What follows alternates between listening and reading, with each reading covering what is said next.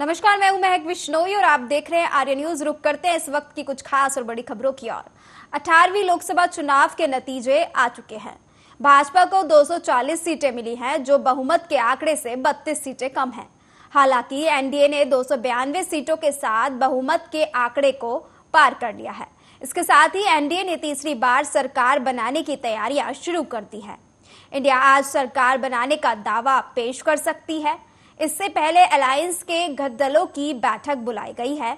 PM ने बिहार के CM Nitish Kumar और टीडीपी नेता चंद्रबाबू नायडू को फोन कर इस बैठक में शामिल होने के लिए कहा। केंद्रीय मंत्री और नागपुर से बीजेपी सांसद नितिन गडकरी आज एनडीए की बैठक के लिए दिल्ली पहुंचे। उन्होंने कहा, लोगों ने मुझ पर तीसरी बार भरोसा किया है और तीसरी बार देश की सेवा करने का मौका दिया है। मैं इसका उपयोग देश के विकास के लिए करूंगा। तीसरी बार जनता ने मेरे ऊपर विश्वास व्यक्त किया है और फिर से एक बार देश के लिए काम करने का मौका दिया है। निश्चित रूप से इसका उपयोग हमारे देश के विकास के लिए जो भी हो सकता है वो मैं करने की कोशिश करूंगा।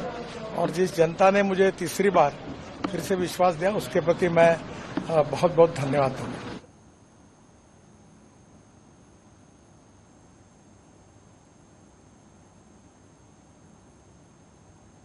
और लोकसभा चुनाव के रिजल्ट के बाद देश के साथ साथ बिहार में भी सियासी हलचल तेज हो गई है। दिल्ली में आज एनडीए और इंडिया की बैठक होने जा रही है। इसमें नीतीश और तेजस्वी समेत बिहार के कई नेता शामिल होंगे। दूसरी ओर पटना में सीएम हाउस में नीतीश मीटिंग कर रहे हैं। इस बैठक में ललन सिंह, मंत्री अशोक चौधरी, सांसद कौशलेंद्र कुमार, एलजेपी-आर के राष्ट्रीय अध्यक्ष चिराग पासवान समेत तमाम दिग्गज नेता मौजूद हैं। सीएम नीतीश कुमार, तेजस्वी यादव दिल्ली जा रहे हैं।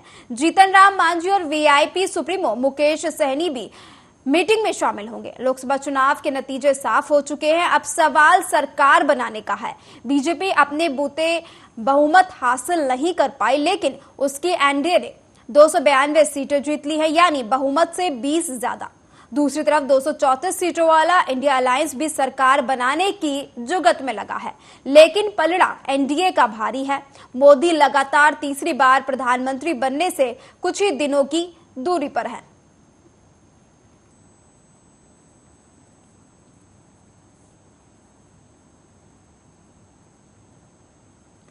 और शिवसेना यूबीटी के नेता संजय रावत ने बयान दिया और कहा, भाजपा को 240 सीटें मिली हैं, उन्हें बहुमत नहीं मिला है।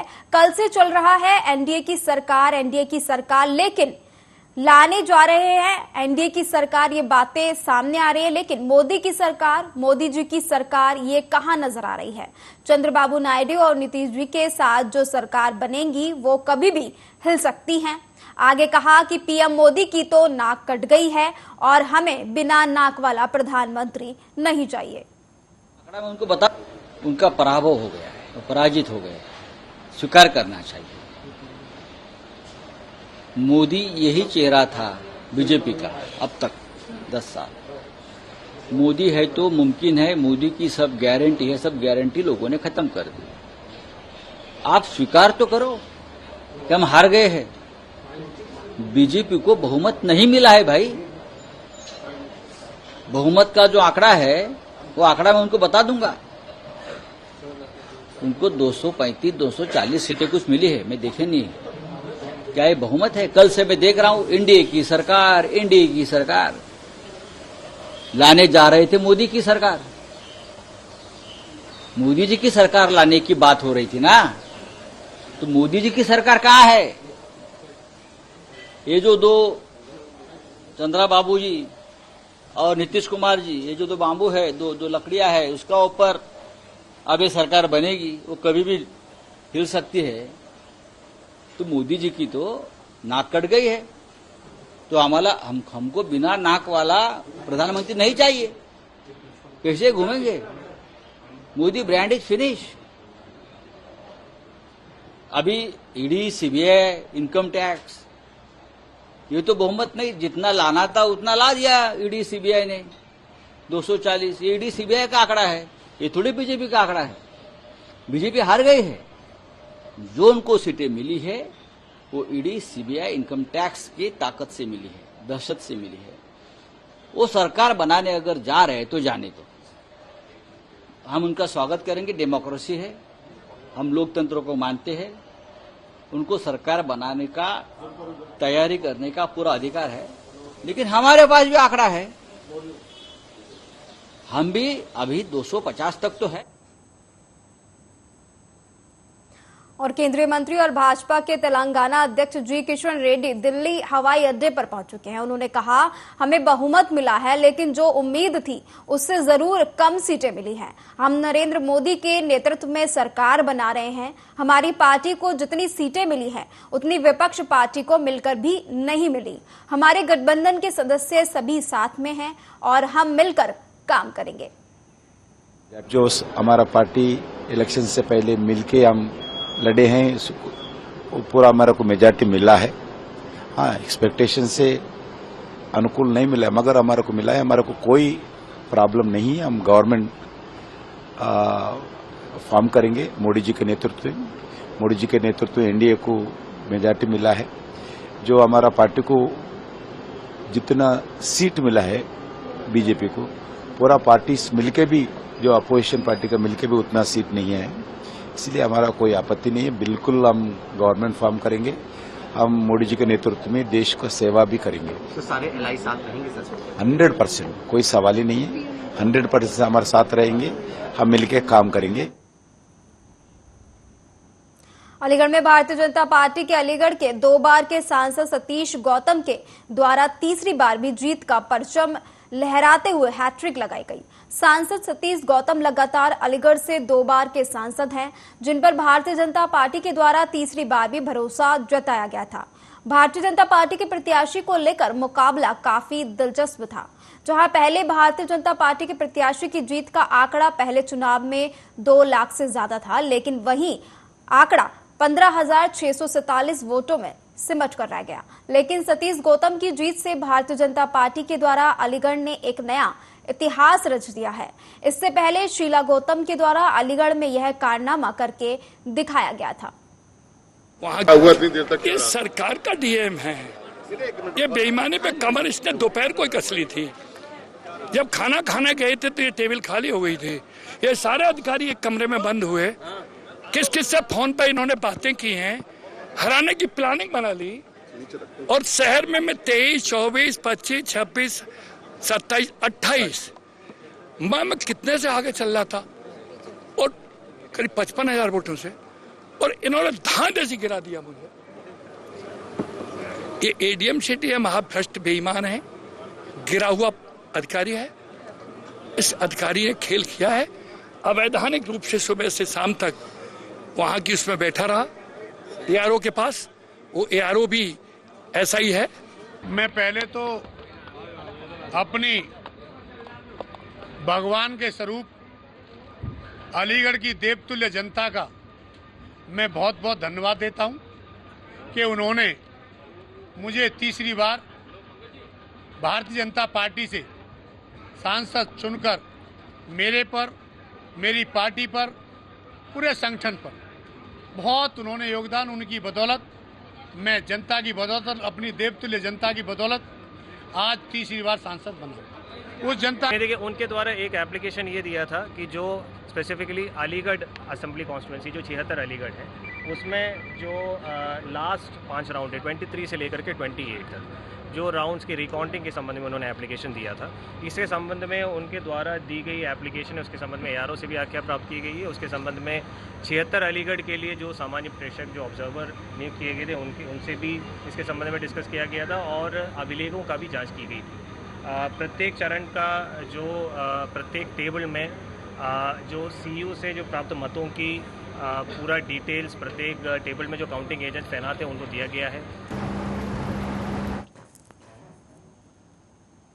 कानपुर देहात में हुए लोकसभा चुनाव में कहीं जीत का जश्न मनाया गया तो कहीं उदासी छाई नजर आ रही है।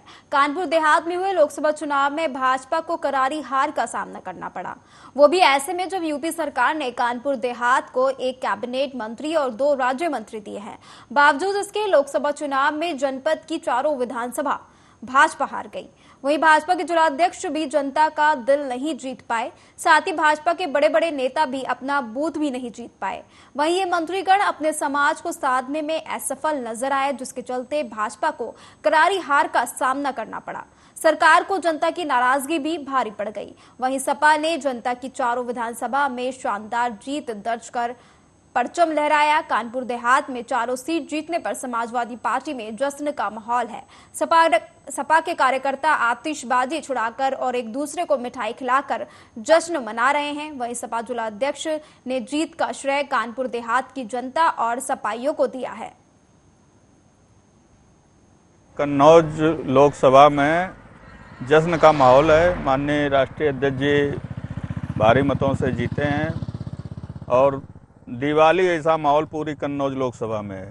सारी जनता आज खुशियां मना रही है। सभी लोगों ने हमको वोट दिया है और बहुत बहुत आभार हृदय से कन्नौज की जनता को, जिन्होंने अखिलेश जी पे भरोसा जताया।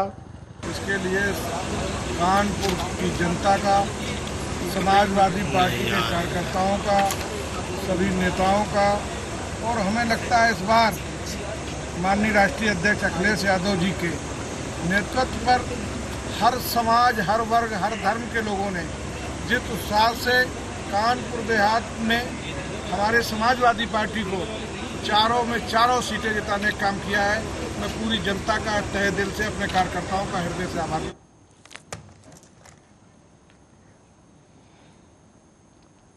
नगीना लोकसभा सुरक्षित सीट से आजाद समाज पार्टी के चंद्रशेखर आजाद ने 1,49,000 वोटों से सीट पर विजय पाई है। चंद्रशेखर आजाद ने बीजेपी के ओम कुमार को नगीना लोकसभा चुनाव में हराते हुए लाखों वोटों से जीत दर्ज की है। चंद्रशेखर ने मीडिया सहित जिला प्रशासन के सभी अधिकारियों का सही से मतगणना कराने को लेकर जहां धन्यवाद किया, तो वहीं नगीना की जनता का भी चंद्रशेखर ने आभार व्यक्त किया है। उधर चंद्रशेखर ने यह भी कहा है कि अगर इंडिया गठबंधन ने समझदारी से टिकट दिया होता तो शायद आज परिणाम कुछ और ही होता। गठबंधन के सवाल पर उन्होंने नगीना वासियों की सेवा करने की बात कही है।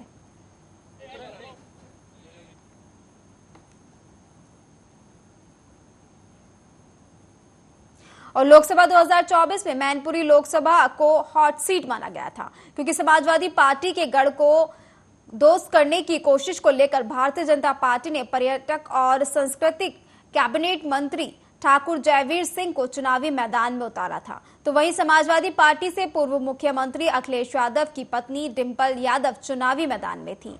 मैनपुरी में ऐतिहासिक जीत को लेकर समाजवादी पार्टी कार्यकर्ताओं ने खुशी जाहिर की, तो वहीं सपा प्रत्याशी डिंपल यादव ने कार्यकर्ताओं और मतदाताओं का आभार व्यक्त किया है। वहीं वे मीडिया से रूबरू होते हुए जीत की खुशी का इजहार करते हुए क्या कुछ बोली, देखिए। मैंने एक सकारात्मक राजनीति को चुना है और लगातार मैनपुरी ने सकारात्मक राजनीति को ही हमेशा चुना है और हमारी प्राथमिकता रहेगी कि इस क्षेत्र का विकास कैसे होगा। जी, वहीं गठबंधन अच्छी सीटें उत्तर प्रदेश में लेके आए और मैं समझती हूँ ऐतिहासिक जीत की तरफ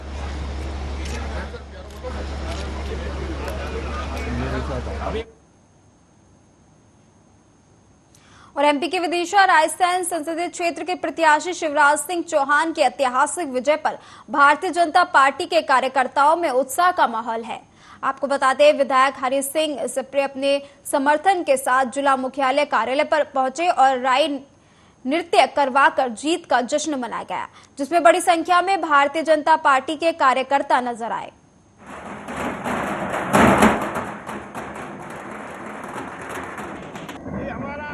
हमारे राजनीतिक गुरु आदरणीय शिवराज सिंह चौहान जी, पूर्व मुख्यमंत्री।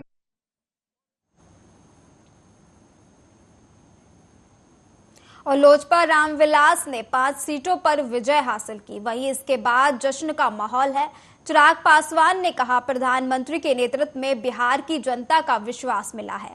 उनकी वजह से एनडीए का इतना बेहतरीन प्रदर्शन हम लोगों ने बिहार में किया है। जहां विपक्ष बड़े बड़े दावे करता था हम लोगों का खाता नहीं खुलेगा, ऐसे में हमारे गठबंधन की मजबूती, मुख्यमंत्री नीतीश कुमार जी का हमारा गठबंधन को मजबूत करना, जीतन राम मांझी, उपेंद्र कुशवाहा का हमारे गठबंधन को मजबूत करना, और सबसे बड़ी बात, मोदी की गारंटी पर बिहार ने पूरी तरीके से विश्वास जताया। मेरे लिए दोहरी खुशी की बात है। बहुत खुश है चिराग की जीत है, उसकी अपनी जीत जी, उसके नेतृत्व में 5 सीटें जीते गए हैं बहुत अच्छे से।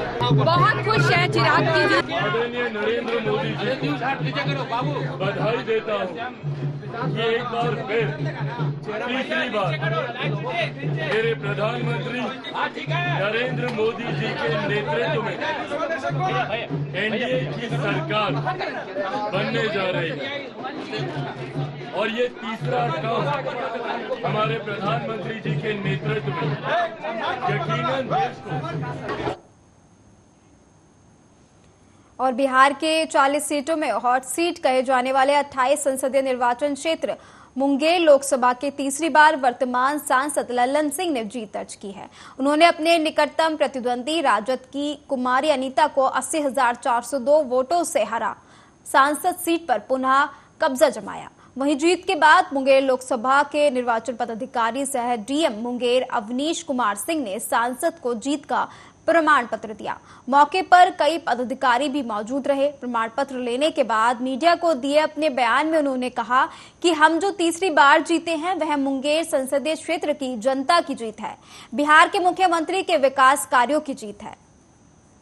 चुनाव तीसरी बार जीत रहे हैं और यह जीत भी जो इस बार की है वो मुंगेर संसदीय क्षेत्र की जनता की जीत है।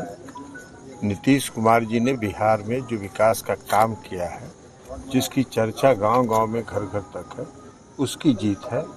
आदरणीय प्रधानमंत्री नरेंद्र मोदी जी ने जो काम किया है उसकी जीत। जीत का मायने कुछ नहीं होता है, जीत का मायने होता है कि जीते अगर आप तो आपके कंधों पर आगे काम करने का दायित्व 5 वर्षों के लिए दिया गया। और मैं जो मुंगेर के क्षेत्र की जनता ने मुझ पर जो भरोसा किया है, मैं पूरी ईमानदारी और निष्ठा के साथ उस दायित्व को निभाऊंगा और विकास का काम जो बचा हुआ है उसको आगे बढ़ाएंगे। चुनाव